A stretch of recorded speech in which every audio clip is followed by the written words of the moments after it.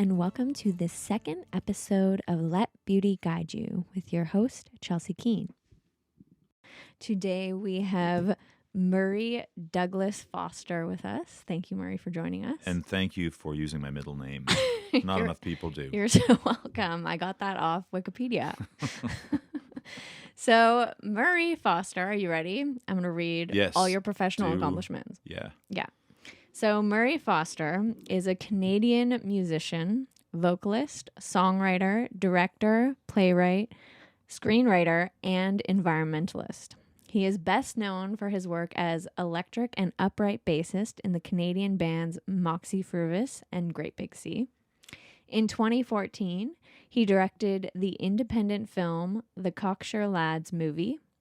He has also collaborated on 3 songs on the Fortunate Ones Juno-nominated album The Bliss, including his song Lay Me Down, which spent 2 weeks at number 1 on the CBC Radio 2 Top 20. He also produced Laura Tremblay's album, and currently Murray teaches songwriting at Seneca College. He is part of the Toronto Music Advisory Council, and he plays upright bass in The Lesters, a jazz trio. And Murray is founder and president of the Toronto Songwriting School, which is what we're going to talk about today. Which is how we met. That is how we met. And I'm reading this and I'm just thinking, wow, you're lazy. Yeah. I'm a dabbler, which means that it's, all of those things could be compressed into the word dabbler. And it would save a lot of space on Wikipedia. Well, it's a lot. You've done a lot. I have. You've done a lot. All right. Well, yes. What I really want to talk about is the Toronto Songwriting School. Okay. And can you say more about that? What kind of classes do you offer? And maybe give our listeners a little more context about how we met and all of that. Sure. About 7 or 8 years ago, I was contacted by the Stephen Lewis Foundation to do a DARE. Like they have these DARE campaigns where they get quote unquote famous people. I put the quotes around my name. You are famous. Well, according to Wikipedia, I'm famous anyway. To do some kind of DARE, like jump out of a plane and your friends will give you $50 each or something like that. And so I said, I'm going to write and record 30 songs in 30 days. Because I was, at that point in my songwriting, I felt like I was on the cusp of some kind of breakthrough and I wanted to see what was in the tank. And so I did that, wrote those songs. And I came out of it with all these half-baked thoughts about what songwriting was, like in a meta kind of way, like how to write songs. Theories about songwriting. And I was like, maybe I could teach songwriting. I've got these half-baked ideas. Maybe someone would pay me for these half-baked ideas. And a few months after that, a friend of mine sent me I had mentioned it to him, and he sent me a Craigslist ad, and it said, songwriting instructor wanted.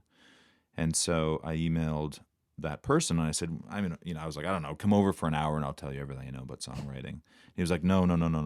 I work for Trebas. We need a songwriting instructor in 48 hours. Like up by Wednesday, we need someone in front of 30 people. And so I answered that. I answered that call. And there I was in front of 30 people. And the pedagogy they gave me, like the outline, was so terrible. Like on Wednesday, I went in and they're like, here's the outline, just teach this. And I'm like, I can't teach that in good conscience. And so I developed 13 weeks of pedagogy for around songwriting instruction.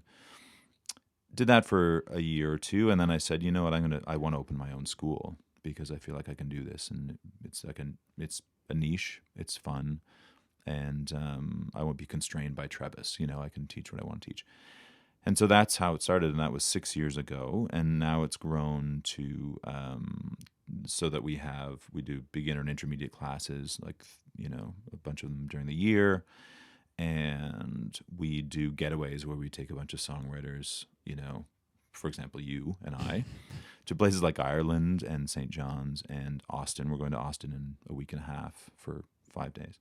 And so, yeah, it's really grown, and the sort of community / ecosystem of it is quite big now. And so it's great. And I don't want to jump onto your next question, but it's like the community is great. and people really make a lot of connections that live on outside of the classes, and yeah, so it's very good. It's sort of blossoming, sort of as a business, but also the beauty is guiding us. Like Totally. I keep bringing it back, but yeah, and you know, like joking aside, there is a lot of beauty that comes out of it for sure. Yeah, and I want to focus in on that Mhm. because to give our listeners context, I went on the Ireland Getaway. Yes, and you took some classes. And I took some classes. Yeah. Yes, I took the beginner songwriting class. And the Getaway, actually all the whole experience of being in the classes and the Getaway was actually very life-changing for me. Was it? Yeah. And so I want to focus in more on what happens in those getaways. Like what exactly is the structure of them and why do you think people get so much out of them? We do Ontario getaways, which are generally a weekend, 2 nights, and then we do international getaways, which tend to be 4 or 5 nights or something like that, in places like Nashville and Austin and Dublin. And I think, I mean, I've seen it happen so many times now. I should probably have a quicker answer in terms of why it happens, but there's something about putting a bunch of people in a small space for sort of continuously for, say, 2 days or 3 days or 5 days, where they're not just sharing like food and drink and experiences, but creativity and their own stories, which I think really bonds people together. You know, I think they really discover community and sort of their common humanity and all that stuff. And I think it's very powerful. I also think that a lot of people who do our getaways and our classes tend to be people who are older, like retired, or their kids have left, you know, or something like that, and their spouse has died, you know, and they're people who are looking for community, and they're looking for community, but they're also looking to express themselves after a lifetime or half a lifetime of not doing that. You know, I'm sure most of them were like, you know, university, get married, have kids, do your job for 30 years, 35 years, then retire, right? And so that's a busy life, and there was no time for their own creativity, their own expression. And I think for a lot of them, they come into it looking for, I think, community or something. And well, no, I'll put it the other way. They come into it looking to express themselves after 35 years of not doing that and wanting to. And they come out of it with a great community that supports of people who are like-minded, but also on a similar place in that journey. So, and they also support their self-expression and absolutely, feel held in that vulnerable space. Absolutely. Yeah. A bunch of fellow travelers on this journey of, you know, how do I write songs, but also how do I express myself, and how do I express myself at this point in life, you know? So it's great. Totally. It's awesome. Yeah, I think you pretty much touched on it, but I was going to ask you, because I know we've talked before about how you find yourself as not just a songwriting teacher, but kind of a music therapist, and you're kind of holding space for these songwriting circles, which end up being more about healing than anything. Mm-hmm.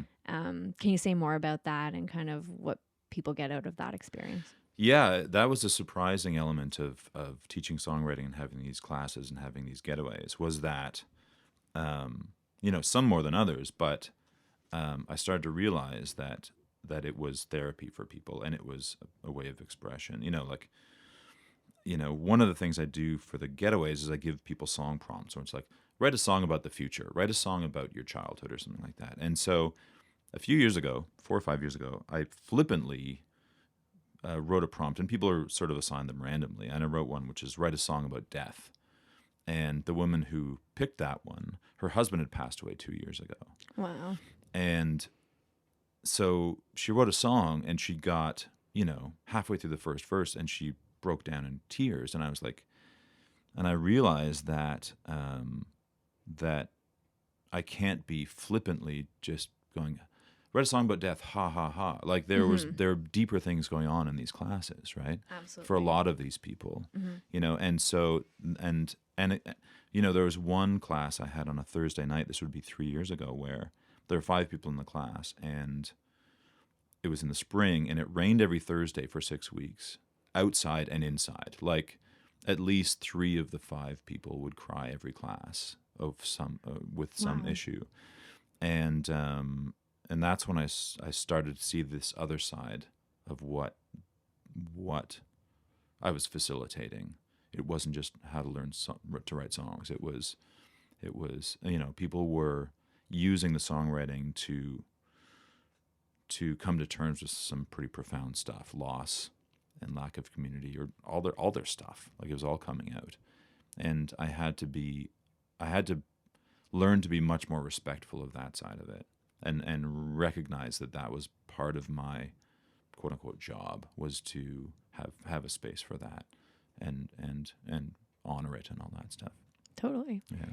And I know even the times that I've been in songwriting class, there's been someone who just broke down and just talked about how she had been fired and her fears around that and all of that. Yeah. And it is true. It's something about sitting down in a space amongst strangers, really. Mm-hmm. And you have to write down the truth, because that's what songwriting asks you to do, really. Mm-hmm. And then there's just no other way but for things to come out. Yeah. So. Yeah. But I also think, to credit you too, is you have a way of being that creates a space for people to feel comfortable to release like that as well. Because you're calm and you listen, you really listen. And I'm not listening now. you're off in your own head. I'm thinking about other things. But yeah, I think it's a testament to what you and Mary have created. Mary is Murray's business partner. Yeah. At the center of it, there's like a kindness in the community. Well, thank you. Yeah. I appreciate that. Yeah. Cool. Yeah. Yes, I wanted to talk about how you start your classes. I haven't taken any other songwriting classes, but I feel that you start your songwriting classes in a unique way. Can you say more about that? Yeah.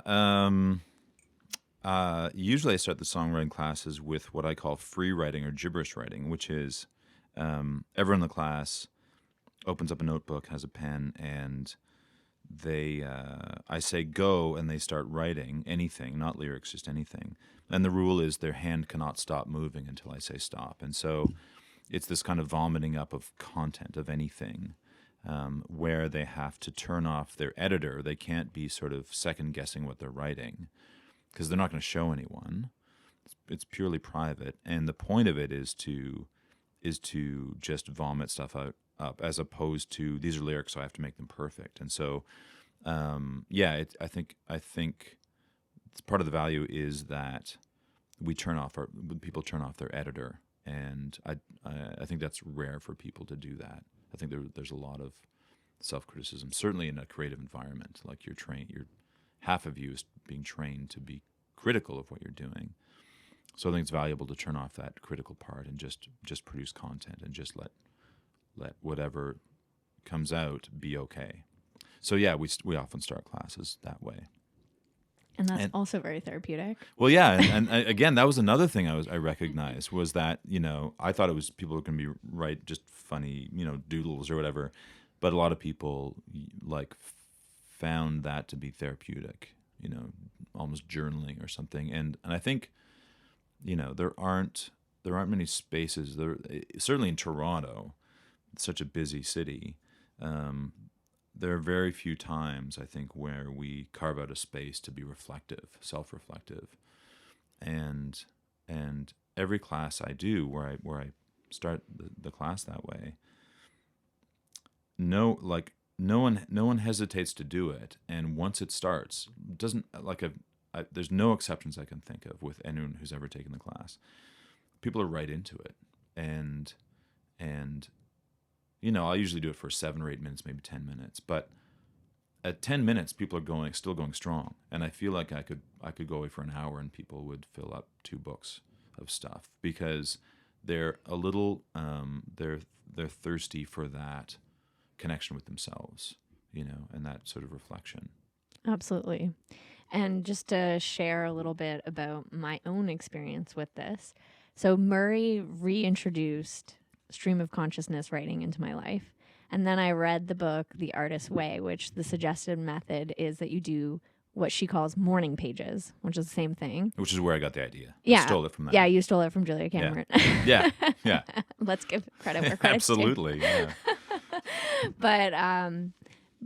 But yeah, and I do 3 pages of morning pages every morning, and it really has transformed my life because it is that time to reflect and connect with myself and also just get out the shit. Like actually just write down all the crap that's going through my mind. And then I find by like the typical pattern is by page 3, then it's like everything kind of turns to gratitude and it's just very profound. That's amazing. That's very cool. It has made my life better. That's great. Yeah. Yeah. So awesome. Okay. What is the most profound thing you've learned by leading these songwriting circles? And have you discovered anything about yourself? Profound thing. I mean, I think sort of what I touched on before. I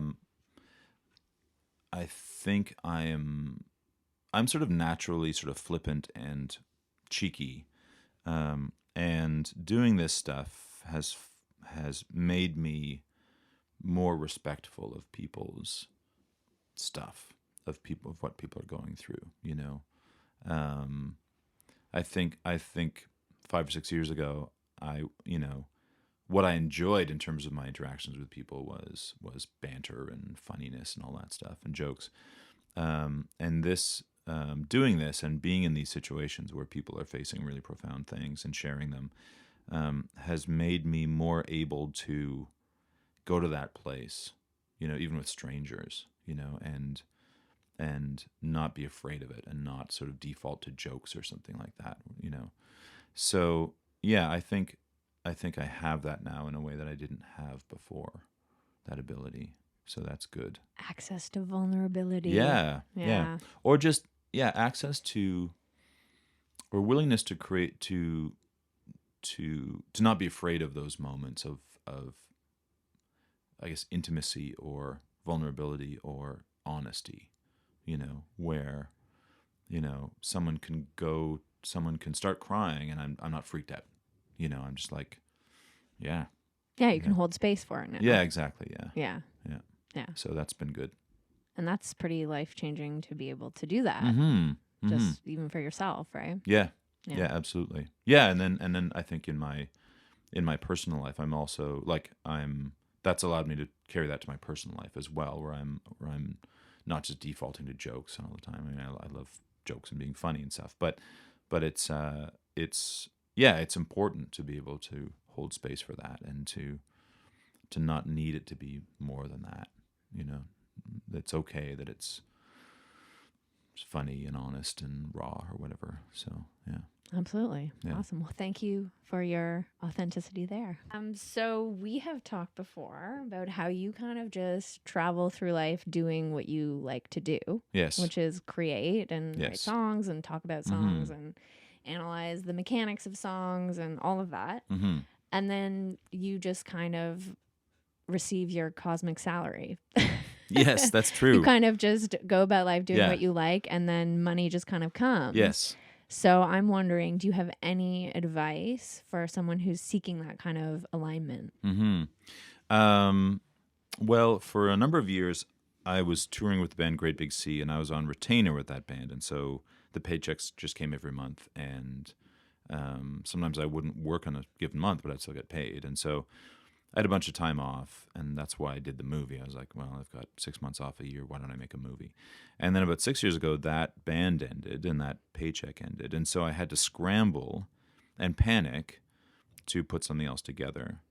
And what I realized during that time was that really the best strategy, I mean, the 3 things I did was, like, panicking is actually important. Like, panicking drives you to get off the couch and do stuff. Like, you should panic in those situations, and you should be energized and really hungry, because If you're not, then you will ultimately end up in a 9 to 5, which isn't bad. But if that's not what you want, then you have to hustle your ass off to build something else.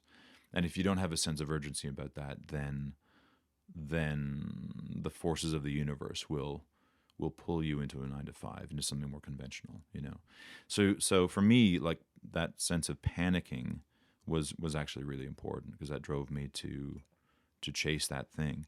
The other thing I did was I walked. The metaphor I use with myself is that I walked through every door, because the door you're looking for, you probably don't see. It's probably through another door. You know what I mean? And so you may have to walk through 3 doors and find that third door, or I guess 4th door, if my math is right. And that's the door you're looking for, and that takes a while, right? And so yeah, you have to go into this mode where you're panicking, and there's an urgency to it, and you're having coffee meetings with everyone. You're saying yes to everything. You're saying yes to any offer that comes your way. I was lucky because I'd done a bunch of stuff before that, and so these random offers just came my way. Like, I sort of already had a lot of, like, lines in the lake, and so offers did come to me, and so my decision was just to say yes to all of them. A lot of them don't pay any money, but again, that's the door that leads you to the door that you're looking for, that does pay money. And about 5 years ago, something like that, I quit a job that I had, which was actually executive director of this not-for-profit. And that was the last time I felt like I had a job where it's like, I have to go and do something I don't like to do to make money. And now I'm in this place like the cosmic paycheck. Is that the term? Cosmic salary. Cosmic salary, where I pretty much enjoy everything I do, and I don't think of it as work. And because of that, I think it's disconnected. The stuff I do is disconnected from the money that it generates. And so I just do stuff, and then at some point money comes in, and yeah, which is great, So I sort of go week to week, month to month, year to year, not feeling like I work at anything. And I'm fortunate because the stuff I've put together, including the school, musical theater, other theater stuff, the home studio I have, generates enough money that all works, somehow. So yeah, I'm lucky in that way, but it does take a lot of hustle, and there were a few years of just flat out hustling. Like, for the first 2 years after Great Big Sea ended, I had 1 day off a year, like it was Boxing Day, for 2 years.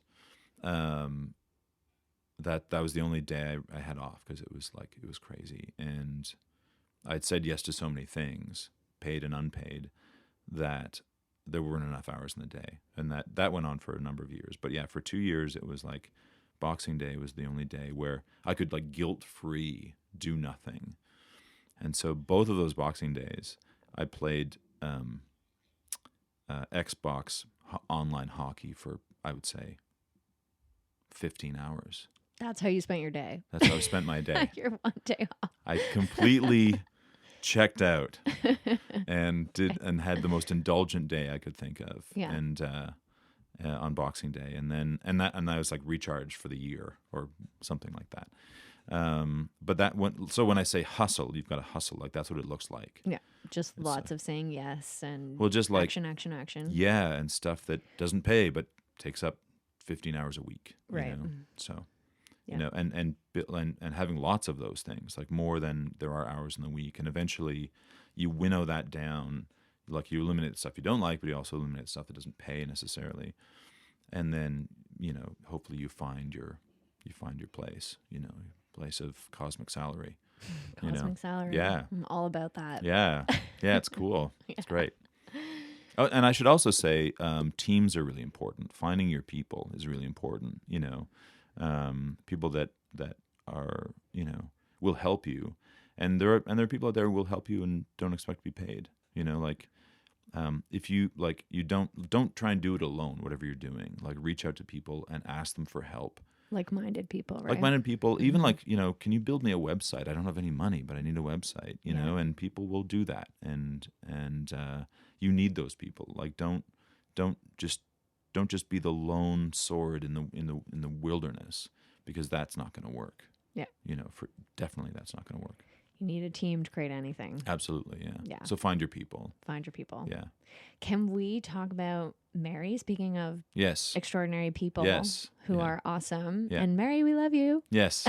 Yes. Can you tell us about Mary and how you met and what's been created between you two? Yeah. Mary and I met when I was in a band called Moxie Fruvis, and we were touring the States a lot. And Mary lives in Philadelphia, and so she was a fan of the band, and we sort of became friends then. And then the band ended, and 12 years went by. And she reached out to me maybe in 2012, 2013, because I was touring with Great Big Sea at that time, and I was going through Philadelphia, so we had lunch in Philly. And then she came up to Toronto for one of my shows, and the next day, she said, let's do lunch, and so we did. And it was interesting because I remember the moment she was sitting there, and she does social media professionally, and she had 5 sheets of paper on the table, on the breakfast table in some restaurant, and she pushed them, and she said, so here's your Twitter feed. Like, it was a screenshot of the Twitter feed, and I was like, oh yeah, I started a Twitter account like a year ago. I haven't posted anything. Here's a website that's half finished about the band you're doing. Oh yeah. Here's another website. Here's a Facebook page. Oh yeah, the Facebook. Here's and so she was like, let me do all of this stuff. Because this is a mess what you're doing. And so she just took it on without pay. And so I wish I could take credit for, the genius of finding her and putting my team together. But she sort of approached me and offered to do it. And so that has blossomed into many things, the main thing of which is the Toronto Songwriting School. And with that, like I said to her, I'm gonna start a songwriting school. And she was like, I'll make a website. And she did, and now we're business partners full on. So, and she's, as she would say, we have complementary skill sets in that I'm the, I guess, creative person. I'm the teacher and all that stuff, kind of the ideas guy. And she's the administrator and is like a ninja administrator. And so she's incredible. Yeah. And just executes on such a high level, never drops the ball, and is passionate about building the Toronto Songwriting School. And so I couldn't ask for a better partner in that. So, yeah. Cool. Yeah. Well, this brings me to my last question. Oh, my God. So this podcast, as you know, is called Let Beauty Guide You. Mm-hmm. So what are 3 ways you let beauty guide you in life? For me, the most magical moments of my life are when I'm creating. And recently what that looks like is writing musical theater. And so my best day these days is like waking up and having a cup of tea and writing a script for 8 hours or 9 hours or something. So I love doing that. And that's my most beautiful day. I don't even know if I'm answering your question, but I'm going to keep talking anyway. Just do it. I've also realized about myself that what drives everything that I do, like my greatest passion, when I distill it down to one word, is play. Excellent. And looking back over my life, like that's all, like playing video games for 15 hours or playing music or like recording music in a studio or playing soccer or word play or crossword puzzles or Scrabble. That's what I'm most passionate about in the broadest sense. And I've been lucky to find a bunch of avenues that feel like play all the time. And I've been fortunate enough to monetize them enough that the cosmic salary just floats in, and so, so that is, again, I don't know if I'm answering this question, but let me try and be more specific in terms of your question. How does beauty guide me? I also think, from when I was young, I've always had a high standard for myself, and one of those standards is to be kind to people. I think that is very important to me. To be a good person, basically, and to be kind to other people. And that's that's sort of a guiding principle for me for sure. So yeah, and that's important to me, and I try not to compromise that as much as, I don't think I do. So yeah, having a very high standard for myself in terms of just my own sort of internal morality and my own standards for myself in that way, and how I conduct myself in the world, I think is very important. I didn't answer that question. You very well at did. all. No, I love it. Play, kindness, Mm-hmm. and creativity. Yes, it's true. I got it. Okay. Hopefully the listeners got it too. Yeah, no, but about the kindness thing, my favorite thing about you is... Can you go for like 10 minutes on this? Totally. My favorite thing about you is you do not speak ill of people behind their back. And even if there is a conversation that someone else is having to want to do that, you do not participate. And that... I'm surprised you would notice that. That is something that I have great admiration and respect for. And it's something that I have a standard for myself about as well. So I think what makes me part of what makes me a good teacher, I think, is that I really want people to succeed. Totally. Like I really want everyone in the class to win. Yeah. All the time. Yeah. And I think that's important, maybe in life, but also as a teacher, that you have to be on their team all the time, and like big victories and small victories are equal, really. Like you just want any kind of victory, no matter how good a songwriter they are, for example. If they up their game like 10% and they're starting from they're not a good writer to begin with, that still should be celebrated, as much as anything else, and I think that I'm glad I have that quality, because I think if I didn't have that quality, I wouldn't be a very good teacher, but it makes everything in the class easier, because I think I'm genuine about that, and I hope people can feel that. So absolutely, totally comes across. Good. There you go. Okay, my final question. Oh my God. So let's say people want to get involved in the Toronto Songwriting School, or Yes. they want to produce an album with you. Yes. How do they find you? How do they get in touch? Tell us.